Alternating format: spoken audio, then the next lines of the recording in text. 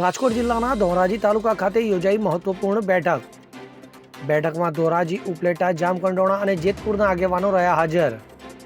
તો બેઠકમાં દિનેશ પાટર ઉપર ખોટા કેસમાં ફસાવાનો કરવામાં આવ્યો આક્ષેપ. આવનારા મહિનામાં વિશાળ સંમેલન યોજાવાની શક્યતા. તો 1 લાખથી લોકોથી વધુની ઉપસ્થિતિ સાથે યોજાઈ શકે છે સંમેલન.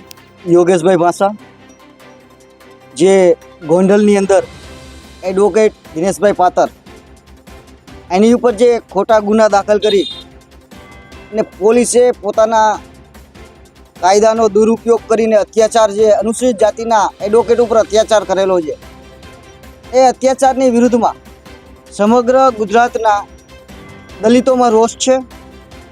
અને આ રોષના પગલે અત્યારે ધોરાજીમાં જે અમે દેવદાનભાઈ મુછડિયાએ દલિત સમાજ દ્વારા જે રેલી અને સંમેલન કરવાની ગોંડલમાં વાત કરી છે, એ વાતને લઈને ધોરાજી, જેતપુર, ઉપલેટા, જામકંડોરણા આ 4 તાલુકાના આગેવાનો સાથે મળીને ભેગા થયા છે.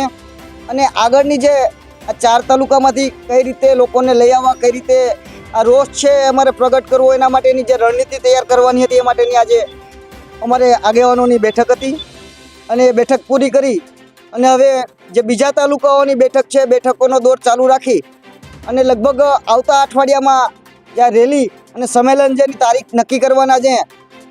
જો આ પહેલાં આ તંત્ર જે પીઆઈ પરમાર અને ઓડેદરા એની ઉપર જે અત્યાચાર કરનાર આ બંને પીઆઈ ઉપર જો ગુનો દાખલ કરી અને એની ઉપર કાયદાકીય કાર્યવાહી કરે અને અમારા સમાજને ન્યાય અપાવે તો કદાચ આ કાર્યક્રમ મુલતવી રહી. અમારા સમાજનો રોષ કદાચ એટલો બધો અત્યારે ઉગ્ર છે, એટલો બધો રોષ છે કે સમાજના લોકો હાથમાં રહેતા નથી. સમાજના દરેક તાલુકામાંથી, દરેક ગામડામાંથી લોકો આ ગોંડલની સભામાં, રેલીમાં આવવા માટે અત્યારે થનગની રહ્યા છે કે આપણી ઉપર, જે આપણા એડવોકેટ કક્ષાના યુવાન ઉપર જો આવો અત્યાચાર થતો હોય તો સામાન્ય માણસ ઉપર આ સરકાર કેટલો અત્યાચાર કરે. તો આ માટે આ સરકાર જો આ દલિતોનો રોષ અને આ જે રેલી અને આંદોલન મોકૂફ રાખવા માગતી હોય તો આ ઉપર યોગ્ય પગલાં લઈ અને યોગ્ય કાર્યવાહી કરે એવી અમારી માંગણી. દેવદાનભાઈ મુછડિયા, સામાજિક આગેવાન. આજરોજ મેં અગાઉ જે વિડીયો વાયરલ કરી અને કીધું હતું કે અમે આવતા દિવસોમાં ગોંડલ ખાતે 1 લાખ દલિતોનું સંમેલન કરવા જઈ રહ્યા છીએ. એના અનુસંધાને આજે રાજકોટ જિલ્લાના ધોરાજી, ઉપલેટા, જામકંડોરણા અને જેતપુર 4 તાલુકાના દલિત આગેવાનોની બેઠક ધોરાજી ખાતે મળેલી હતી. એ બેઠક લેવા માટે આવ્યો છું. અને અમે જે રણનીતિ નક્કી કરી છે એ મુજબ આવતા મહિને અમે ગોંડલ ખાતે 1 લાખ દલિતોનું સંમેલન કરવા જઈ રહ્યા છીએ. રાજકોટની રૂરલ પોલીસ દ્વારા અમુક રાજકીય લોકોના ઈશારે અમારા એડવોકેટ દિનેશ પાતર ઉપર 3 જેટલા ખોટા ગુના દાખલ કર્યા છે. ખોટા નિવેદનો લઈને એમાં નામ ખોલાવી અને દિનેશને આરોપી બનાવીને 3 ગુનામાં અટક કરી દિનેશ ઉપર ખરેખર તો ગુસ્સોખીટ કરવાનો આ લોકોનો કારસો હતો. પણ એનો વિડીયો મારા ધ્યાન ઉપર આવી ગયો અને મને આખી મેટર સમજાઈ ગઈ કે આ તો ઓલા ભાઈની કારકિર્દી પૂરી કરવાનું ષડયંત્ર આ પરમાર અને ઓડેદરા બે ગોઠવી રહ્યા હતા.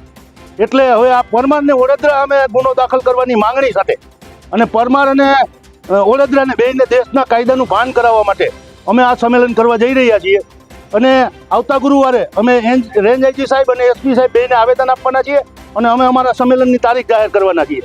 હું હજી એક વખત ગુજરાત સરકારને, ગુજરાત પોલીસને વિનંતી કરું છું કે આ 2 પીઆઈઓ સામે એફઆઈઆર કરી અને દિનેશના જે 3 ખોટી એફઆઈઆરમાં નામ એણે નિવેદનો મારફતે ખોલાવેલા છે એ ડિસ્ચાર્જ કરે, અન્યથા પરિણામ ભોગવવા માટે તૈયાર રહી. હવે જુઓ દેશ દુનિયાની તમામ ખબરો તમારી આંગળીના ટેરવે. ઉઠાવો મોબાઈલ અને ગૂગલ પ્લે સ્ટોર પરથી ડાઉનલોડ કરો અમારી CN24 ન્યૂઝ મોબાઈલ એપ.